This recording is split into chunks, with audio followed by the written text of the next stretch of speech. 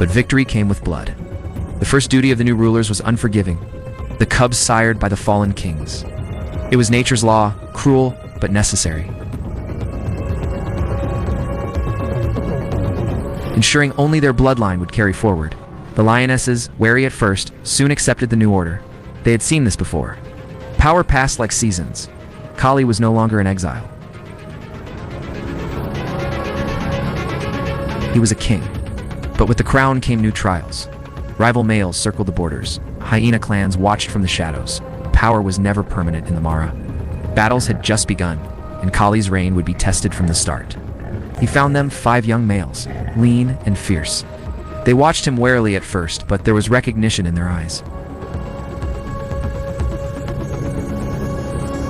They were his sons, survivors of the March Pride's collapse, scattered and hardened by the wild.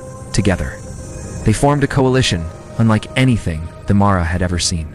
A father and his sons bound not only by blood but by shared exile, shared fire, where alone he had been vulnerable.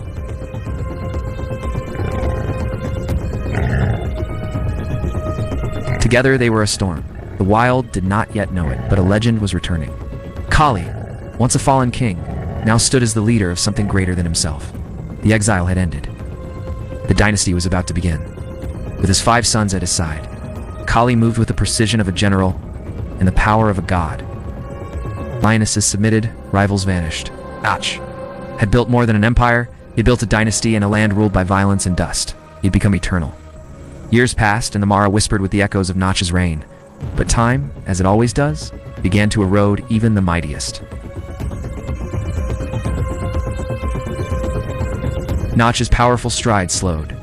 His muscles, once hardened by endless battles, softened beneath a coat now streaked with gray. His roars, once thunder across the plains, faded into hoarse reminders of a fading era. And yet, he remained.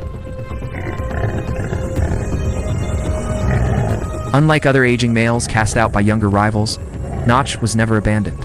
His sons protected him, fed him, stood beside him as he patrolled less and rested more.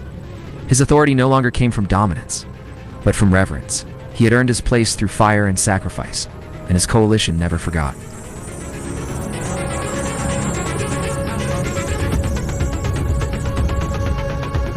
As the sun set on his body, it rose over his name. Nach no longer fought, but he no longer needed to.